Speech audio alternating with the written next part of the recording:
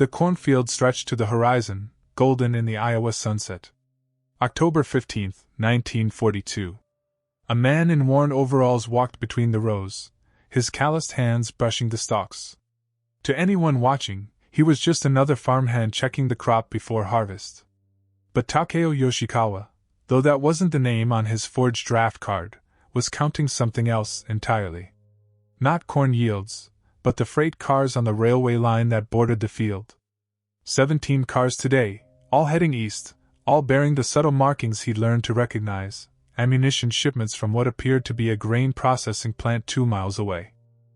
He stopped walking when he heard it, the sound that had haunted him for weeks now.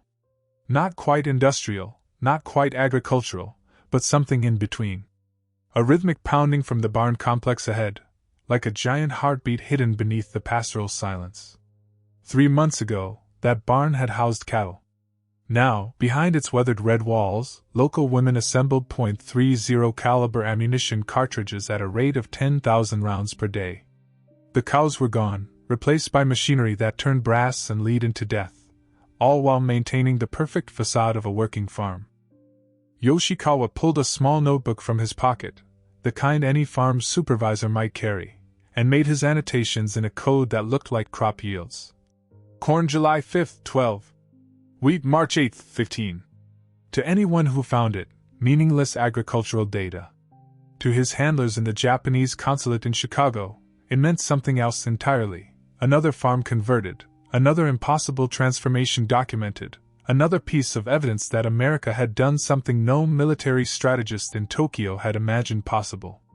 The entire heartland had become a weapon, and the weapon was disguised as food. How do you fight a nation where even the wheat fields build bullets? Where every barn might hide a munitions plant? Where farmers' daughters assemble bomb fuses between milking cows and baking bread? This was the question Yoshikawa would transmit tonight, coded and urgent, to Tokyo. The response, when it came days later, would be a single word that revealed everything about Japanese military intelligence's state of mind. Impossible. But it wasn't impossible. It was happening. And the Japanese spy network in America was watching it unfold with a mixture of awe and terror that would ultimately reshape their entire understanding of American power. Don't let history be forgotten. Subscribe to keep these stories alive. The transformation had begun even before Pearl Harbor, hidden in plain sight across millions of acres of American farmland. Washington had learned from the First World War that modern warfare required not just soldiers and weapons but an entire economy mobilized for destruction. But this time, they would do something different. Instead of building massive, vulnerable industrial complexes that enemy bombers could target, they would hide military production where no one would think to look, in the vast agricultural expanses of the Midwest, the South, the heartland that fed the nation. The plan was audacious in its simplicity. Every farm already had buildings, barns, silos, equipment sheds. Every farm already had workers, families who knew how to operate machinery, follow schedules, maintain equipment. Every farm already had transportation, roads for tractors, railway spurs for grain shipments. All they needed was conversion, and that conversion could be nearly invisible from the outside.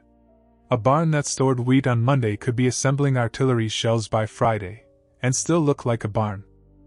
Kenji Yamamoto, operating under the alias Kenneth Mills, had been in Nebraska since 1938, ostensibly working as an agricultural equipment salesman.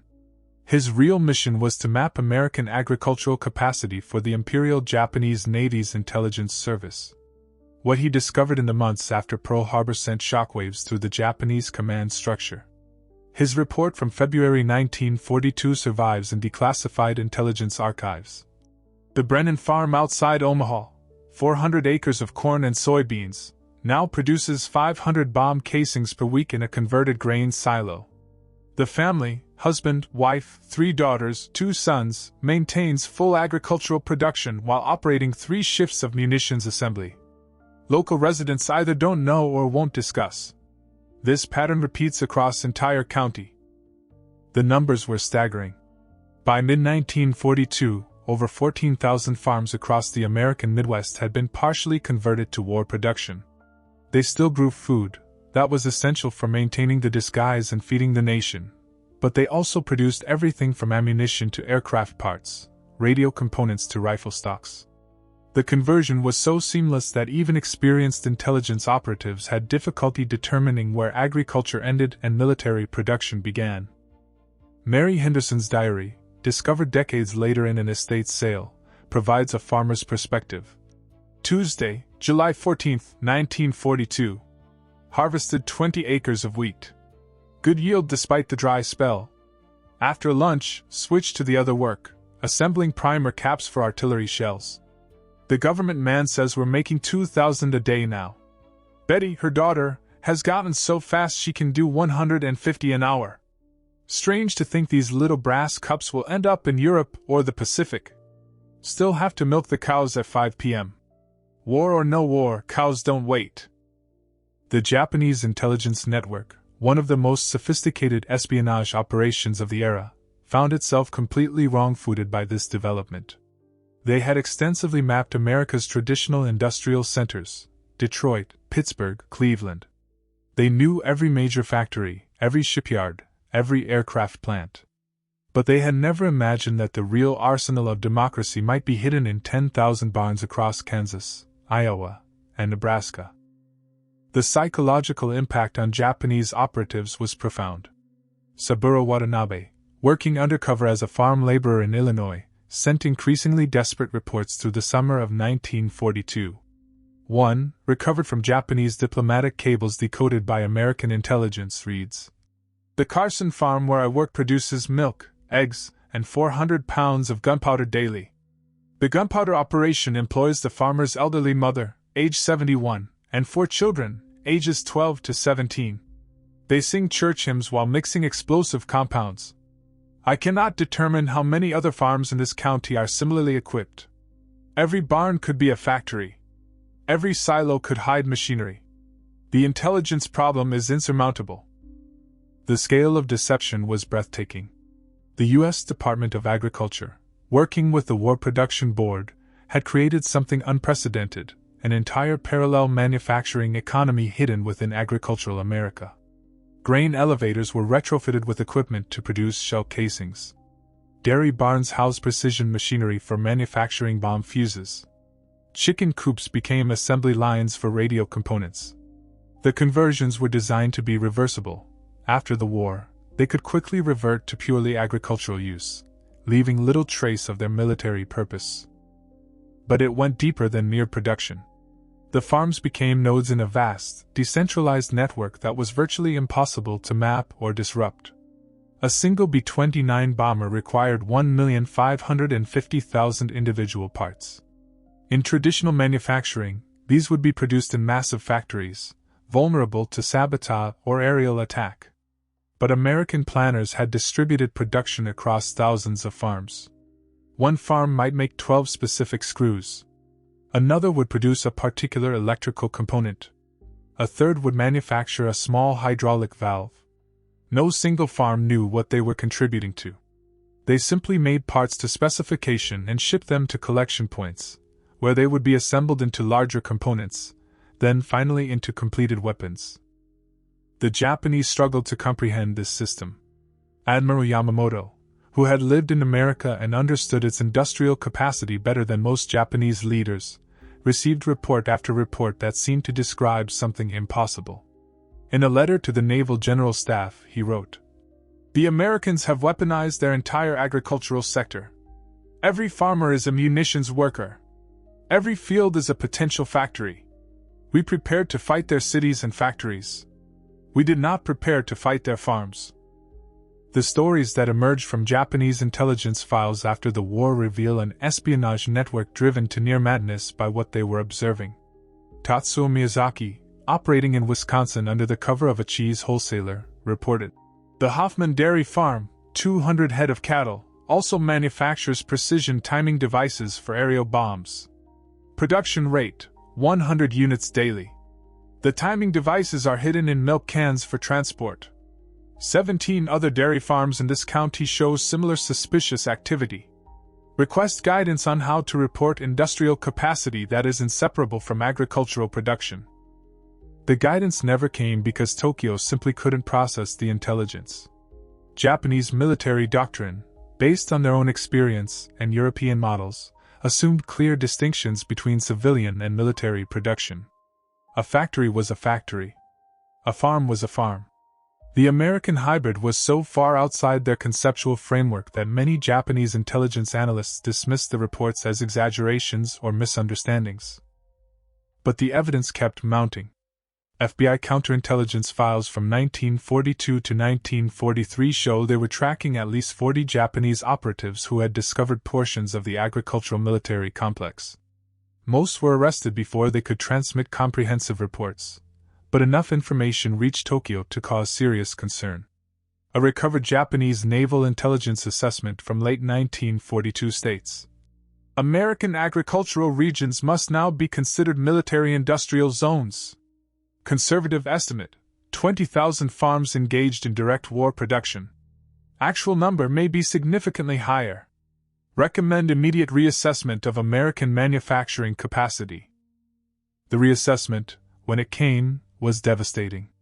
Japanese planners had calculated that American war production would peak at levels perhaps 3 times their pre-war industrial output. But the agricultural conversions added an entirely hidden layer of manufacturing that pushed real production to nearly 10 times pre-war levels. Even worse from the Japanese perspective, this production was effectively invulnerable. You could bomb factories in Detroit or shipyards in San Francisco, but how could you bomb 10,000 farms scattered across a continent? The farms themselves became increasingly sophisticated. The Johnson Farm in Indiana, according to declassified War Department records, transformed from a 300-acre corn operation to a complex manufacturing site producing aircraft hydraulic systems, all while maintaining its agricultural output. The barn was excavated to create underground manufacturing spaces. The silo was reinforced and climate-controlled to serve as a clean room for precision assembly. The farmhouse basement became a quality control laboratory. From the outside, it still looked like a farm. From the inside, it was a state-of-the-art factory. Support this work so the truth continues to reach people. Subscribe and share. The human stories behind these transformations are equally remarkable. Emma Rodriguez, a farmer's wife in Texas, went from canning preserves to manufacturing hand grenades in the same kitchen, using much of the same equipment. The process wasn't that different, she recalled in a 1995 interview. Instead of filling jars with jam, we filled steel casings with explosives. We'd do grenades in the morning, then switch to canning tomatoes in the afternoon. The county extension agent taught us both. The training programs were masterpieces of efficiency. Agricultural extension services, originally created to help farmers improve crop yields, were repurposed to teach military manufacturing. The same agents who had shown farmers how to increase corn production now taught them how to manufacture ammunition. The infrastructure was already there: meeting halls, communication networks, trusted relationships. It was simply redirected toward war. Children were involved too, in ways that would seem shocking today. Farm kids who had grown up operating complex agricultural machinery proved adept at precision manufacturing. A report from the Rossville Community School in Kansas notes that high school students spent mornings in regular classes and afternoons manufacturing aircraft rivets in the school's converted workshop, which had been disguised as an expanded agricultural education program. They produced 50,000 rivets per week while maintaining their cover as a farming community school. Japanese operative Hiroshi Tanaka, posing as a traveling seed salesman, covered thousands of miles across the Midwest in 1942 to 1943. His reports, found in Japanese consular records seized after the war, paint a picture of growing desperation.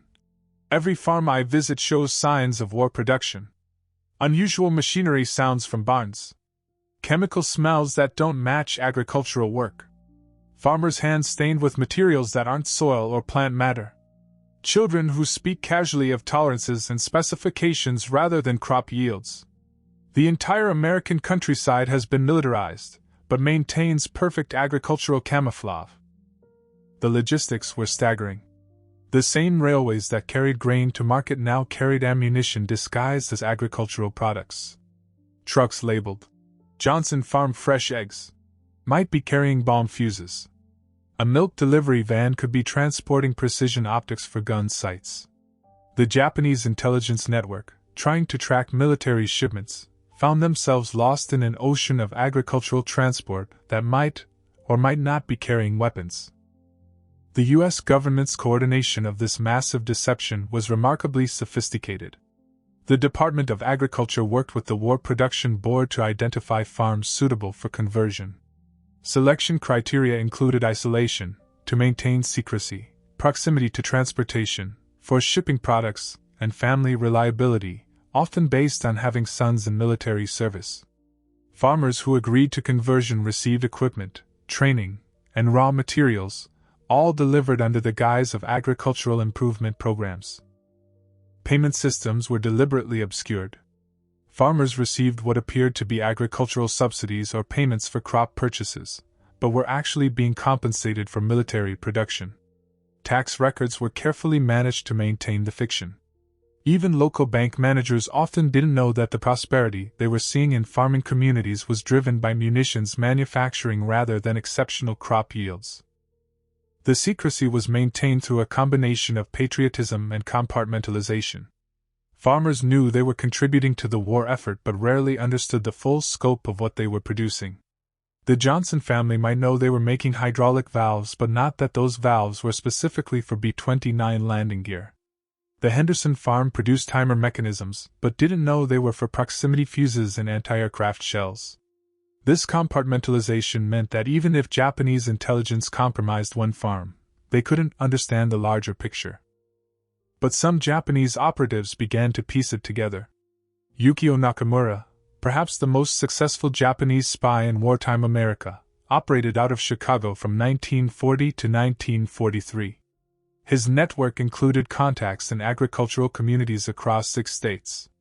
His final report to Tokyo, sent just weeks before his arrest by the FBI, survives in intelligence archives. The American agricultural military complex represents a form of warfare we never anticipated. Conservative estimate: 30% of American war production is hidden within agricultural operations. This includes ammunition, small and large caliber, aircraft components, vehicle parts, communications equipment, medical supplies, chemical weapons precursors. The geographic distribution makes strategic targeting impossible. Recommend immediate negotiation for peace terms. America's true military capacity exceeds our worst-case estimates by factor of 5 or more. The report was dismissed in Tokyo as defeatist exaggeration. The Japanese military leadership, committed to their own worldview and unable to accept such a radical reimagining of war production, chose to believe their farms were farms and their factories were factories. This failure of imagination would contribute to their ultimate defeat.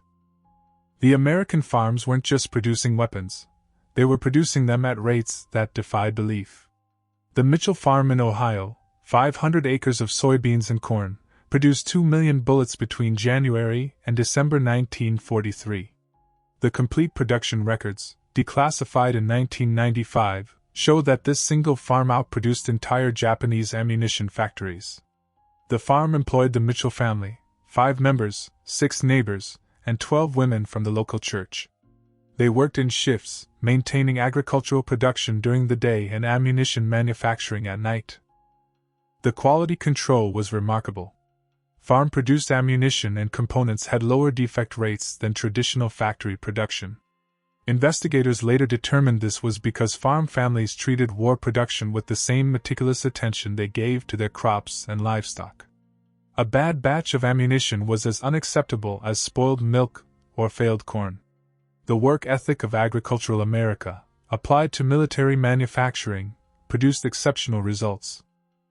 The Japanese weren't the only ones struggling to understand this phenomenon. German intelligence, through their networks in South America, received reports about American agricultural militarization. They too dismissed them as impossible. A German intelligence assessment from 1943 states, "Reports of American farms producing military equipment are either grossly exaggerated or represent fundamental misunderstanding of industrial processes. Modern military production requires specialized facilities, trained workers, and complex supply chains that cannot exist in agricultural settings." But they could and did exist. The evidence was overwhelming for those willing to see it. American agricultural production actually increased during the war years, even as farms diverted massive resources to military manufacturing. This seemed to violate basic economic principles. How could farms produce more food while also producing weapons? The answer lay in the incredible efficiency gains driven by wartime innovation and the total mobilization of rural communities. Women played a crucial but often unrecorded role. With men drafted into military service, women not only maintained agricultural production but became the primary workforce for farm-based military manufacturing. The farmerettes, women who worked on farms, were publicly celebrated for food production. What wasn't publicized was that many were actually assembling weapons. Dorothy Baker from Nebraska recalled, "We'd be featured in the local newspaper holding baskets of apples, smiling for the camera. What they didn't show was the night shift, when those same hands that picked apples were assembling incendiary bombs in the barn." The technological innovation was constant. Farms developed new production methods that would later revolutionize manufacturing. The Anderson farm in Minnesota created a modular assembly system for artillery shells that allowed different family members to specialize in specific steps while maintaining flexibility to switch products quickly. This system, refined in a barn among hay bales, would later influence post-war industrial design.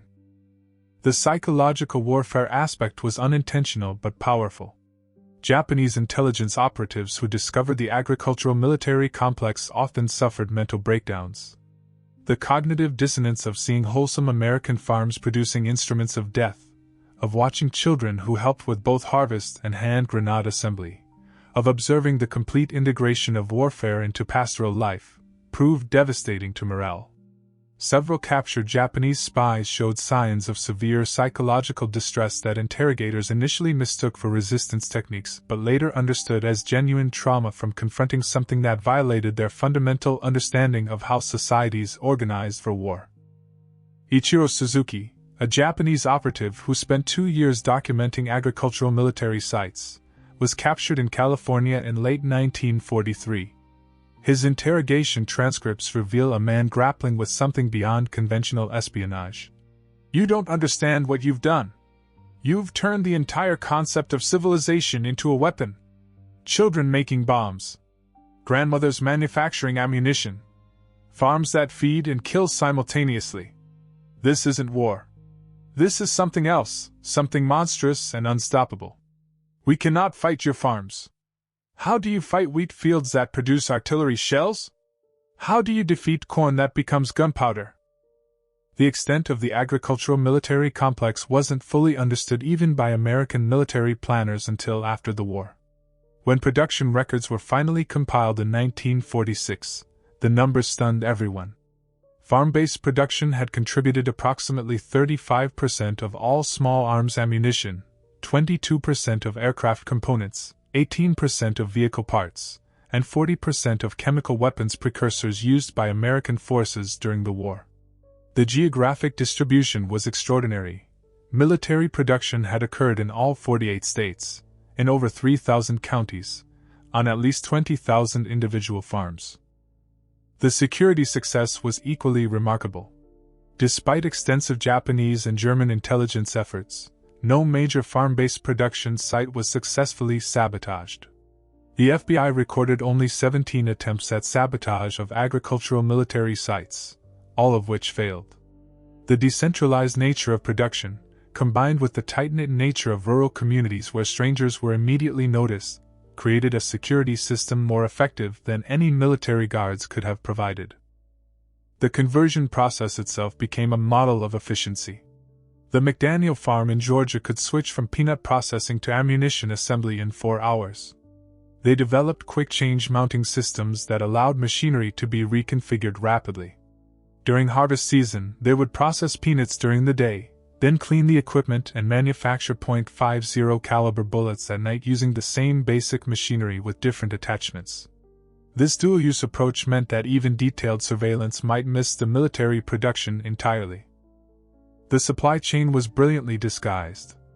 Raw materials for military production were delivered as agricultural supplies. Brass for shell casings came labeled as fertilizer components. Explosives precursors were shipped as pesticides. Lead was delivered as soil amendments. The companies supplying these materials maintained elaborate double bookkeeping systems to track what was really agricultural and what was military. But to any external observer, it all looked like normal farm supply deliveries. The Japanese eventually developed a grudging respect for what they termed American agricultural warfare. Admiral Takeo Kurita, reflecting on the war years later, said, "We understood American industry.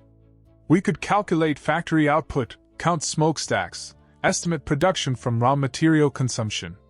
But the farms defeated our intelligence completely. They were invisible factories, impossible to count, impossible to target, impossible to stop. It was like fighting a nation that could turn food into weapons through some kind of alchemy we couldn't understand." The human cost was real but hidden. Farm families worked themselves to exhaustion maintaining both agricultural and military production. Industrial accidents were common but unreported to maintain secrecy. Several farm children lost fingers or hands in ammunition assembly accidents that were officially recorded as agricultural mishaps. The Wilson family in Kentucky lost their eldest son not in combat but in an explosion while manufacturing artillery primers in their barn. His death was recorded as a farming accident, and even his obituary maintained the fiction. Mental health impacts were significant but undocumented until decades later. Many farm families struggled with the psychological toll of their dual existence, nurturing life through agriculture while manufacturing instruments of death. Margaret Thompson from Indiana wrote in her diary, "Planted tomatoes this morning. Made bomb fuses this afternoon. Sometimes I can't reconcile the two. How can the same hands that coax life from the soil also build things designed to end life? But then I think of Jimmy, her son, fighting in the Pacific, and I work faster." The economic transformation was permanent. Farms that had struggled through the Depression suddenly found prosperity through war production. The influx of government money for military manufacturing, disguised as agricultural support, modernized American farming in ways that would have taken decades otherwise. Electric power was extended to rural areas to support production. Roads were improved to handle increased transport. Communication systems were upgraded. The war industrialized American agriculture even as agriculture militarized for war. The Japanese intelligence failure regarding American agricultural military production contributed directly to strategic miscalculations. Japanese war planners consistently underestimated American production capacity because they couldn't account for the hidden farm factories. They calculated ammunition consumption rates based on visible factory output, not realizing that millions of rounds were being produced in barns and sheds across America. They estimated aircraft production from known assembly plants, unaware that crucial components were being manufactured on farms throughout the Midwest. This intelligence failure had tactical consequences. Japanese defensive preparations in the Pacific were based on assumptions about American supply limitations that proved completely wrong. They prepared for American forces that would need to husband ammunition, conserve equipment, and pause for resupply. Instead, they faced an enemy with seemingly unlimited resources, able to maintain continuous operations with lavish expenditure of ammunition and equipment. The abundance that shocked Japanese defenders often came from farm-based production they never knew existed. Subscribe so these forbidden stories don't vanish again. The full story of American agricultural military production remained classified for decades after the war. Farm families were quietly thanked and asked to maintain their silence. The equipment was removed or converted back to purely agricultural use. The production records were sealed. Many participants went to their graves without ever discussing their wartime activities. It wasn't until the 1990s, as classification periods expired and elderly participants began sharing their stories, that historians began to understand the full scope of what had occurred. The international implications were profound. Soviet intelligence, allies but also future adversaries, studied the American agricultural military complex intensively. British intelligence services documented it as a model for distributed production. Even today, military planners study the World War II farm factories as examples of resilient, distributed manufacturing that could survive modern warfare's precision strikes. The technological legacy persists. Many innovations developed for farm-based military production later revolutionized agriculture itself. Quick-change tooling, modular assembly systems, precision timing mechanisms, and quality control procedures developed in barns for military purposes became standard in post-war agricultural equipment. The same farmers who had learned to manufacture to military specifications applied that precision to crop production, leading to dramatic yield improvements. The social impact was equally lasting. Rural communities that had felt marginalized during industrialization suddenly understood their critical importance to national security. The confidence gained from successfully operating clandestine military production while maintaining agricultural output transformed rural America's self-perception. The can-do attitude, the ability to adapt and improvise, the integration of traditional skills with modern technology, all were reinforced by the wartime experience. Some Japanese veterans visited these farms decades after the war. Hiroshi Yamada, the former intelligence operative who had tried to map agricultural military production, returned to Iowa in 1985. Standing in the same barn where ammunition had once been assembled, now again filled with corn, he said, "I spent 3 years trying to understand how you did this. Even now, knowing the truth, it seems impossible. You turned the entire heart of America into a weapon, and we never really saw it. We were looking for factories and missing the farms. We were counting smokestacks while you were building bombs in barns." The last surviving farm factory closed its wartime chapter in an unexpected way. The Henderson Farm in Kansas, which had produced over 3 million ammunition primers during the war, was being cleared for sale in 2003 when workers found a hidden room in the barn. Inside were 10 crates of completed primers, forgotten for 60 years, still functional, still waiting to be shipped to a war that had long since ended. The discovery made national news briefly, a reminder of a hidden history that shaped the outcome of World War II. The Japanese intelligence reports, now fully declassified, read like documents from an alternate reality. Page after page describes an America that officially never existed, where grain silos hid explosive factories, where milking parlors doubled as assembly lines, where the heartland's true crop was ammunition.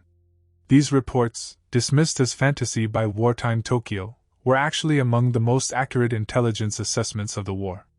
They described the real arsenal of democracy, not just Detroit and Pittsburgh, but 10,000 farms from Maine to California, each a small factory hidden in plain sight.